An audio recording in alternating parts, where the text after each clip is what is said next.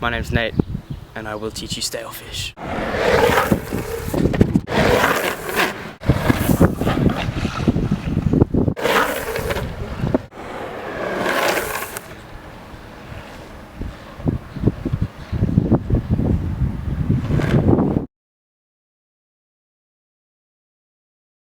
You will need to be able to heel side check pretty good.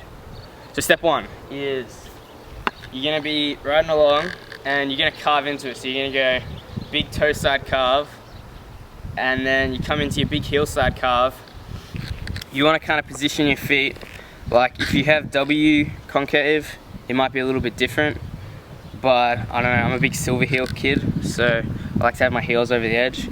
So I'd have it, you know, your heel mostly over the edge, probably the same as you would for a speed check. And you just want to sort of come down, and as you come down, you want to like grab the board, and like maybe you want to start off doing like a normal stalefish, not stand up. So you want to like grab your board and throw your hand back and do a bit of like a stalefish pendy, just so you can get the feel of like the grab and where you want it. And then you sort of turn it into like a stand up where you want to sort of carve in. You got to really like push it out.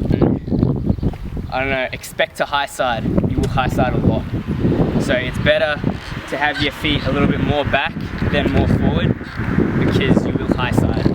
And high siding hurts a lot more than falling back. From experience. From experience. Alright, step two is gonna be, you know, like holding out. You wanna steeze it out, because stalefish, like a heel side speed check, you would use for speed control. But a stalefish is really just for style. There's no other purpose to it. It doesn't benefit you in any way except looking cool. So you want to come down and you want to come down, and it's like different to balancing, where on a stand up you kind of thinking as your legs and your body as two separate sort of parts. Like your body's going to lean forward and your legs are going to push out. With a stalefish, because you're down. Right, because you're all the way down here and you're grabbing the board, so it like kind of keeps you down.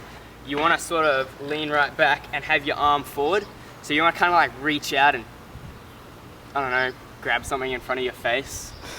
I don't know how you explain that. But so you're comfortable, you're down here. You want to have your foot cocked a little bit, and you want to sort of just sit back a little bit. You know, you want to sit back more than forward.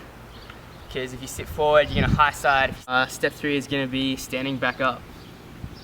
Come out and then stand back up. As you finish your slide, you can't think of it as just shoving your, like I'm goofy, so I'm going to shove the right side of my body and just twist it really hard to sort of straighten back up. And if you're regular, you'd be going this way and you sort of just shove the left side of your body back to front. Like, with a speed check, you sort of just keep your shoulders back, but with the stalefish, you're going to have to kind of bring your shoulders into it. So you're going to want your shoulders around, like really hard, so that you don't push into a 180 unless you want to push into a 180. And that is the stalefish.